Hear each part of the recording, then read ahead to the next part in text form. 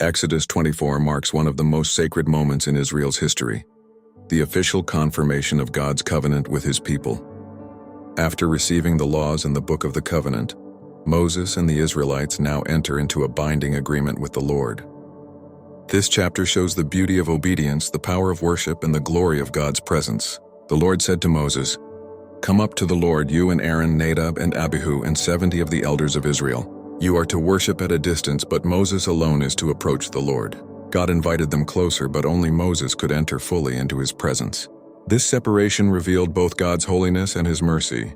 He was near, yet still far above human reach. When Moses came and told the people all the Lord's words and laws, they responded with one voice, "Everything the Lord has said we will do." It was a moment of unity and faith, the nation publicly agreeing to live by God's commands. Early the next morning, Moses built an altar at the foot of the mountain with 12 pillars representing the 12 tribes of Israel. Young men offered burnt offerings and peace offerings to the Lord. Moses took half of the blood from the sacrifices and placed it in bowls, and the other half he sprinkled on the altar. This symbolized God's side of the covenant, his promise to be their God.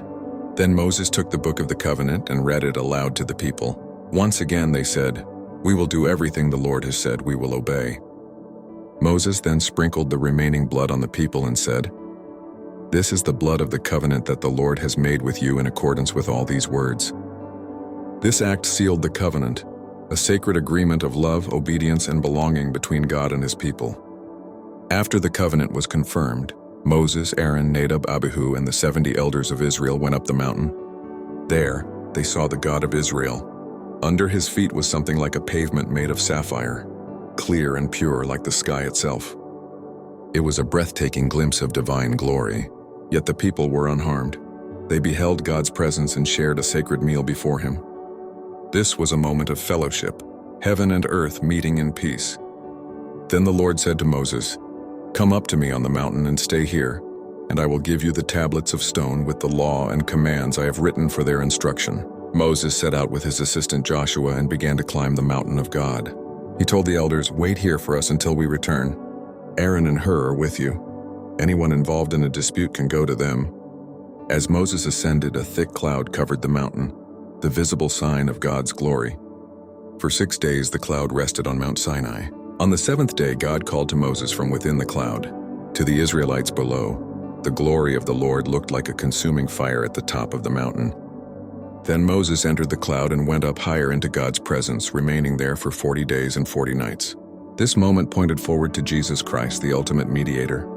Just as Moses went up to receive God's law, Jesus ascended to the Father after completing our salvation, not with the blood of animals, but with his own.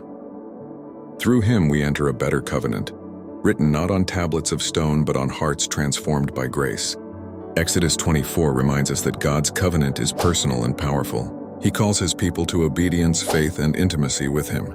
The same God who revealed his glory on Sinai now reveals himself through his Son, inviting us into lasting fellowship through faith and obedience. Join us next time in Exodus 25 as God begins to reveal his blueprint for the tabernacle, the sacred dwelling place where his presence would live among his people.